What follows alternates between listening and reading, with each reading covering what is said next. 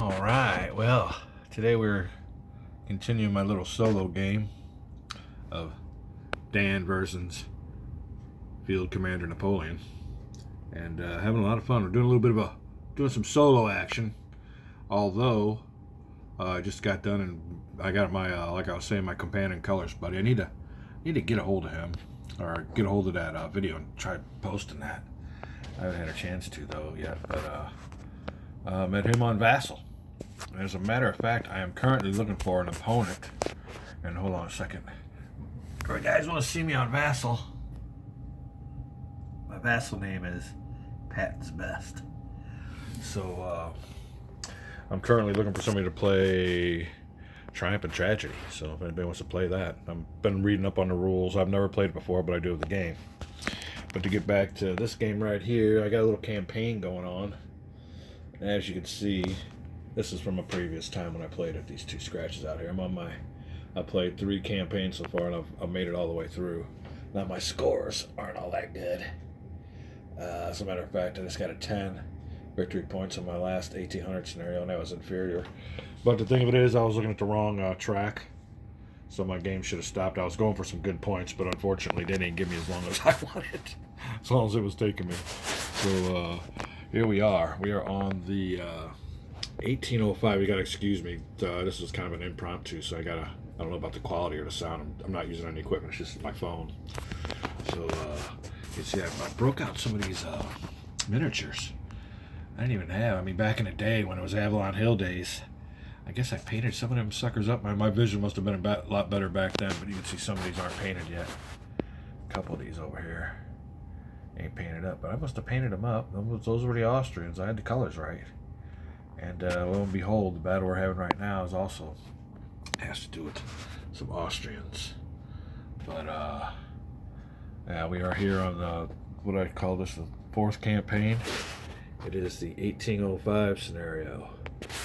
And here in this little game here, what you're wanting to do is sweep and get all these little victory markers. So there's one where I have some units already. And another thing is, to obtain these victory markers, you got to leave a garrison, which is kind of a bite in the ass. But usually what I do is, if they're weak, I'll leave them there for the garrison. But unfortunately, there's no weak ones, and that's going to have to take a little hit on my force. You have to garrison those to get those victory banners. But then unfortunately, too, on this game, it's almost like a little mini blitzkrieg. I mean, you've got to almost win every battle here. Win every battle up against these guys. I forgot to do that, as a matter of fact. Sorry, improper playage by me. There's a battle marker. So, and I've yet to, as a matter of fact, I just now moved units. I need to move Napoleon on this little spot here. He's in the battle. He's definitely in this battle. But what I was saying, well, you want to get these markers, and old Dan Verson games don't give you much room for no wiggle room, no time, no. In other words, no chance to go back and get these units. So when you leave him there, he's pretty well gone, because you got like maybe 1 turn to do everything perfect, 2 turns to do everything perfect. I don't think we'll skip these guys here unless they move on us. So that's just it. They move too, but you got 1 turn here to get this battle. I guess we're here at Ulm, the Battle of Ulm, which was a famous battle. But move on up, take this spot, and then there's another big stack here. You can kind of see where my turn markers are at. Well, the next turn, a bunch of forces come in. Then you got the Russians getting ready to come on over there as soon as I hit Austerlitz for a nice little battle. So this one here is kind of a change in them all. The other ones were kind of skirmishes and learning battles, and as a matter of fact, I've never punched these units out till today. I haven't never punched them out from the second battle, so they've always been units from 1796 and 1798, 1800s were fresh punch outs. So I've had this game a while, but just never played it. But I'm really getting into it. It's really a nice game. I mean, for a solo game, it's more of a beer and pretzels type deal. I don't drink beer or eat pretzels, but yeah. So what the deal is I was talking about garrisoning these units. You gotta win this battle. Win this battle and win it with minimum losses. Because there's some way to get some supply, but it don't count. Look, I'm already out of supply already. So yeah, it's a tough game, which is good. It's always nice to have a tough game instead of something easy. So you really got to think about it. Think about your moves. Think about your battle plans. But right now I moved on into Ulm, and here is the battle board. You can see his forces there. Now the big thing with this game is drawing those battle plans. Some of the ones that are next to the units in column. When they're in along like that, they're in column. I'm sure anybody that knows about Napoleon knows about all that, or even knows about this game. I'm not. This isn't a how-to. This is just a what's going on in my game. Unfortunately for me, he drew some battle plans that don't go against his 3 battle plan maximum, and they help him out. So he's got a couple bonuses. And tough battle right off the bat. But here's mine. I get 4 battle plans because Napoleon's got a rank of 4. But on this first turn, I'm going to use a 2, and I got a couple good ones, so we'll see how it goes. The French forces can pretty well cut through. They cut through the other guys like butter. But, yeah, this battle also only lasts 3 turns, so I don't see that happening. We'll have to see. Now, the thing of it is, I can forfeit some of my battle plans for insight counters, and the insight counter would have been a duration, where I could have extended the game by 1 turn, and that's probably what I should have did. I didn't do that though, so we'll see how that works out for me. But this is it. We're getting ready to play here, and I'll give you a little turn by turn what's going on. First thing we do is go for the Austrians. They always get to go first. You gotta keep in mind now all their little notes on the side there, their little battle plans. So I guess the first one to move would be the most experienced one. There's line, those L's back there tells you their veterancy level, so that's line infantry. So we won't go by that. We'll go by their toughest one. I guess that'll be the top numbers and activation number. Bottom numbers are the ones you want to look for in combat. And he looks like the strongest, so let's see what we got here. Alright, he's in column, so we don't have to roll his top number for activation. He's a cavalry, he will just advance. And he will have a shock of -3. Well, there's nobody there where he's at. So you read that with advance again. Alright, so that brings my case really booking on up the field. Alright, read the battle plan. Oh, wrong one.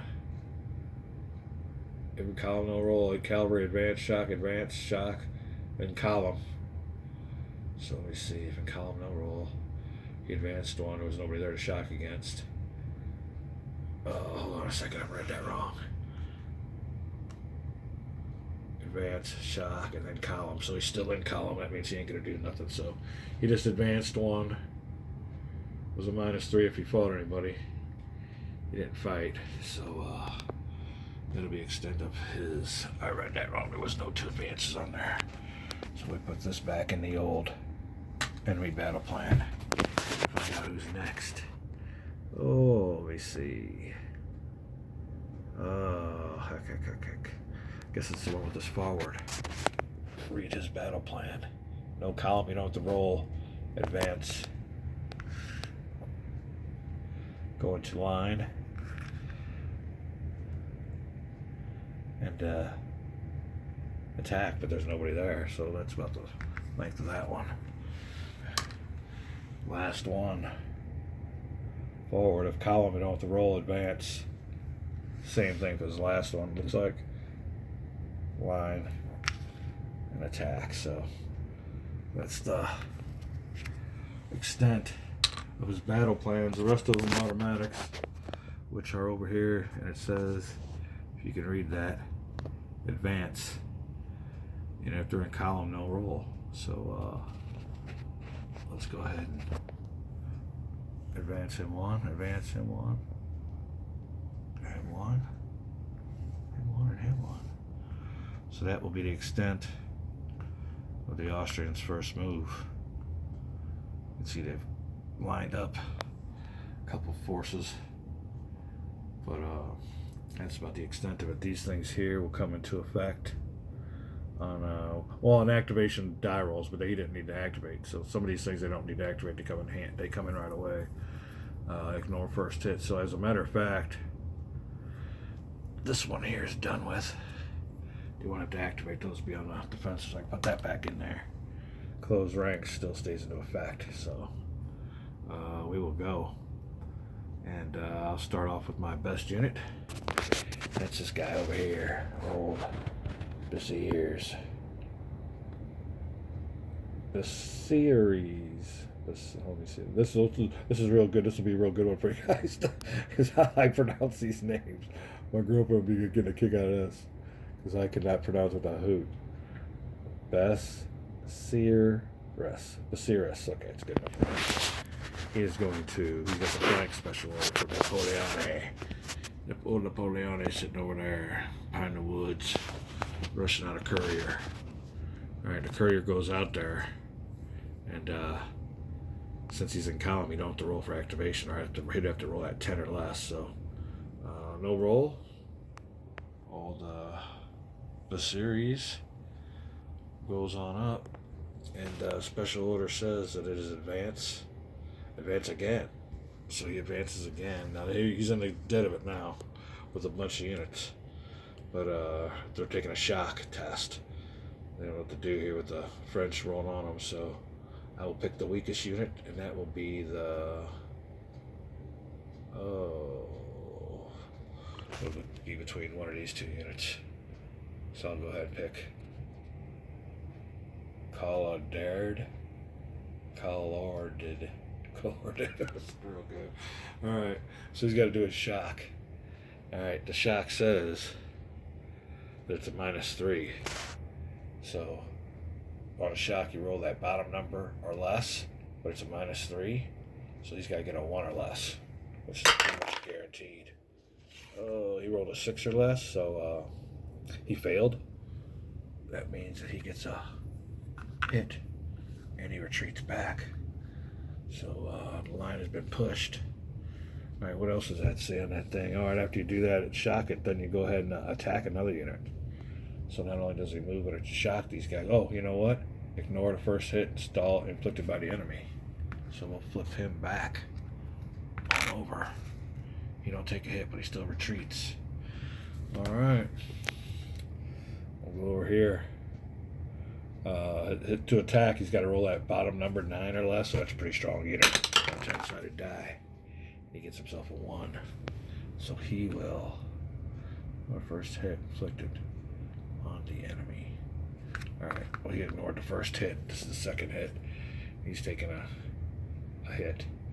Alright, well, that'll be it for that unit. He's did his job. And this flank marker here, we'll go back over to my available pile for next turn. Alright, what we got going on here? We got us oh my goodness. Try out him. Alright, Bernadette. Well, I know him. He's not too bad. He's not too hard. Bernadette. Alright, he's going to, in column, no roll, advance for a shock. Nobody's there to shock with, so he will go into line formation, which is like this, and attack +1 on his modifier, so that's a 7 +1, 8 or less for the attack, and it happens. Oh, distributing hits. I think this unit here is just going to go ahead and be eliminated. I'll put him over here, and that is the engaged for Bernadette. Now the rest of these guys will just do what's called a march, and if they're in column, they don't roll, but they advance. So no roll here, advance. No roll here, advance. No roll here, advance. And I don't have no artillery or nothing like that. So that's pretty good. I'm doing this just by the screen. Alright, well that's it. Then this marker here will go back in their little draw cup. But that is how the battle is beginning. And that's how you do it on this Field Commander Napoleon. Like I said, this is my first battle, my first big battle, so it'll all depend on these strategic placements of battle plans. He, on the other hand, gets his battle plans drawn out of the enemy battle plan cup. But we were hot and heavy here, having fun on it. Oh, it's cold. We just got hit with a major cold front. I got the old E-fire going to help me out. But yeah, having a good time. Sitting here playing on some games. Like I said, I think if we get that thing going on with the, what is that? Triumph and Tragedy. We might put that on the channel, so we'll see what's up. But if you guys want to play, let me know what's going on. We're on Vassal. Be back. All right. Well, as it is always with gaming with Gervalia video, we made a mistake. He should advance twice. I was right the first time. That was what that rush was all about. So he should have been up here. We're not going to worry about it because all the good fun. But yeah, I messed that one up. He should have been up. This guy here shouldn't have did his flanking thing because he would have been all the way up and everything. So, which is probably lucky for him because he probably would have got torn apart with my fire. So he'll just advance one. That's all that's going to happen in this battle. But if you did see on that, if I pull it on out, where is Rush? Oh yeah, here we are. I did it right the first time. Here's how you read these things. They tell you to go by, and they got this in the book, the rule book too, which is it breaks it down a lot better. But I'm just we're just messing here. But cavalry should have advanced on that first zone and took a shock of -3 if anybody was there. Nobody was there, so he advanced again. Takes another shock if somebody was there, but there was nobody there, and then he stays in column. So he should have went from here to here to here, and that would have negated my flank. So yeah, that's the way it goes. We'll try not to make any more mistakes, but we are done with that. And when you go out of resolve French battle plans, you go to a route check, but there's no way anybody's routed yet, so you insert advanced turn counter, and that would be nice. Like I said, it's a short battle. This battle's going to be over real quick. Now when you hit withdrawal, it's hard to get this thing in here. Look at my phone. When you hit withdrawal, you'll come over to the withdrawal table, and you'll roll out the dice. There's no modifiers, and there's certain things. Each one of these are defined in the rules, which is, it's just a random event that happens if you don't win, and I don't think I'm going to win this battle, so I just want to make sure I make note I made a mistake, and I was aware of it. We'll be back. All right, everybody, we're going to try a little experimento here. See if I can't get away with it. Let me try this a little bit. Yeah. All right.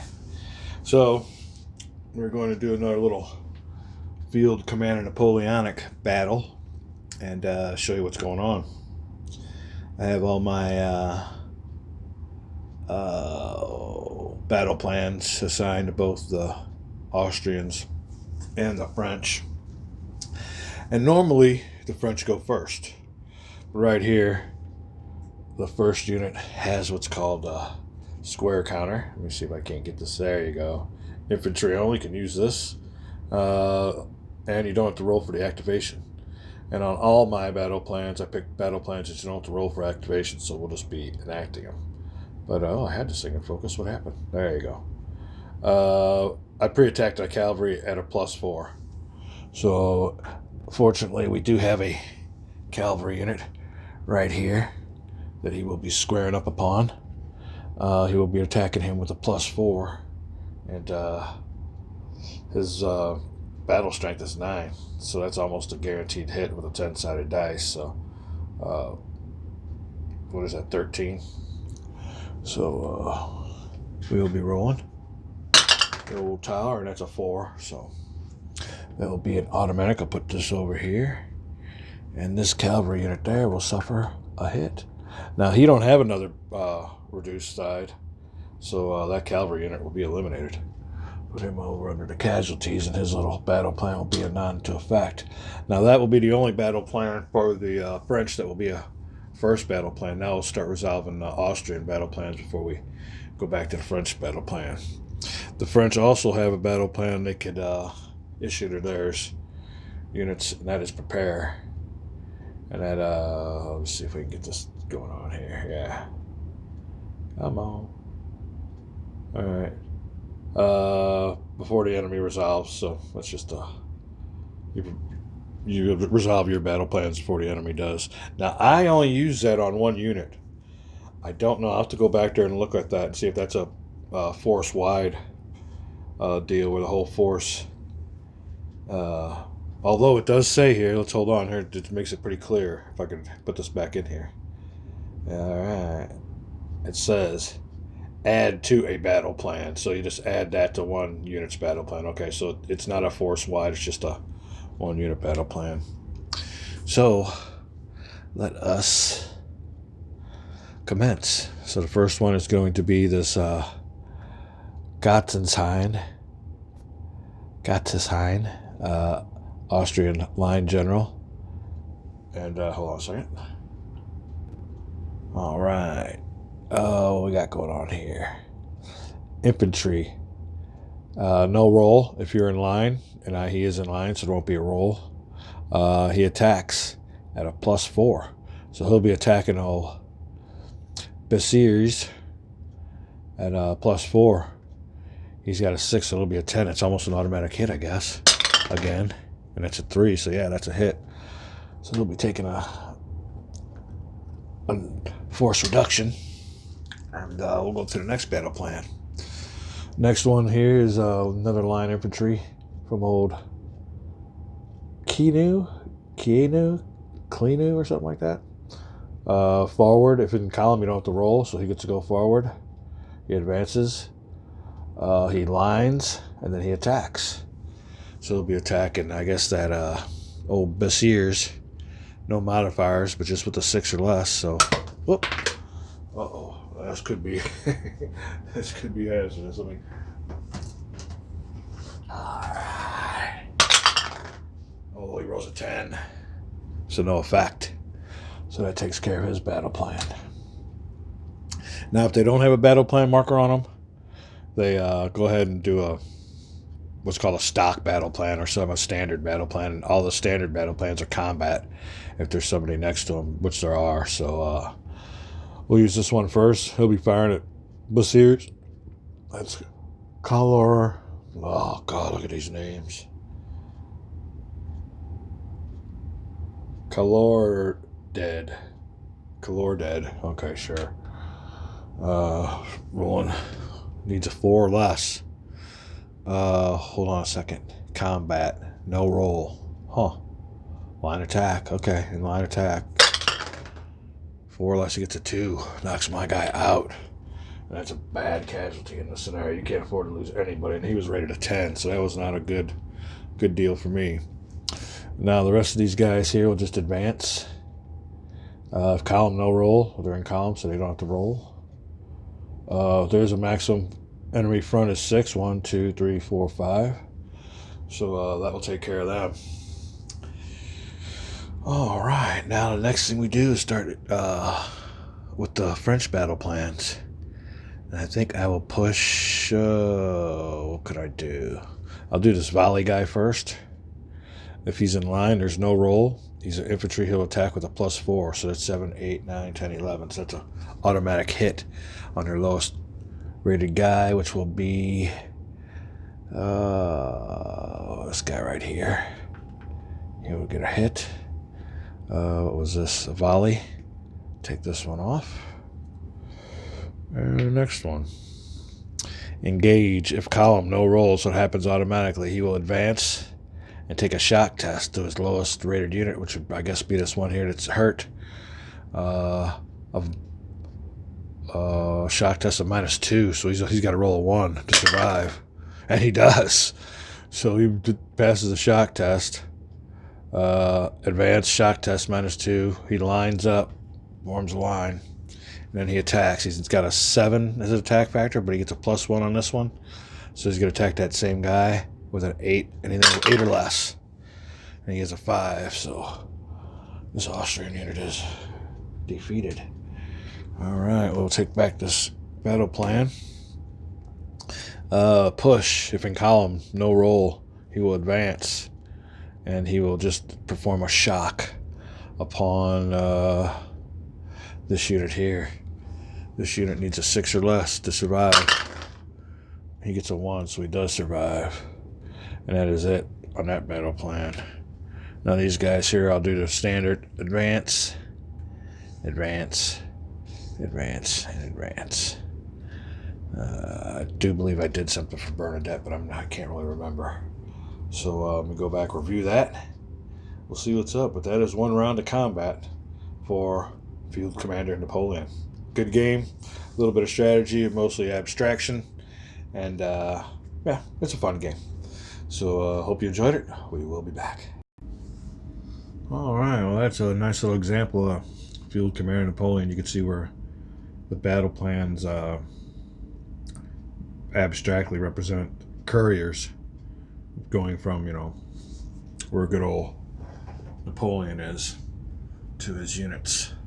And if they received a courier, it's not guaranteed that they'll even, do what it says, because most of the time they have to hit their activations.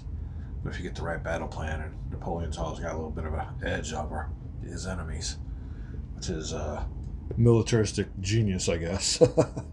But and that is it. It's a good game. A little bit of a storyline to it. You got to put it in there yourself. But yeah, it's a unique Napoleonics game. Now I do have his Field Commander Alexander, and that's each one is different. Nothing to do with this. Each one's got more of a, I don't know if you call it a battle plan, but you always have a draw cup with that uncertainty or what kind of aspect is it? What if? But and in other words, I want to say something else. When your units don't have a battle plan inside of the rules, instead of being called a standard, it's called a default battle plan. So if you don't place one on there, they have default battle plans listed on the side of the board. But other than that, that's about it. I think that's going to wrap up this little how-to video or playthrough. And like I said, hopefully we get us a nice little game. Like you can see, I don't know if you can see over here, but a few spaces missing because I'm studying that Triumph and Tragedy. But kind of cold, getting cold out. Perfect gaming weather.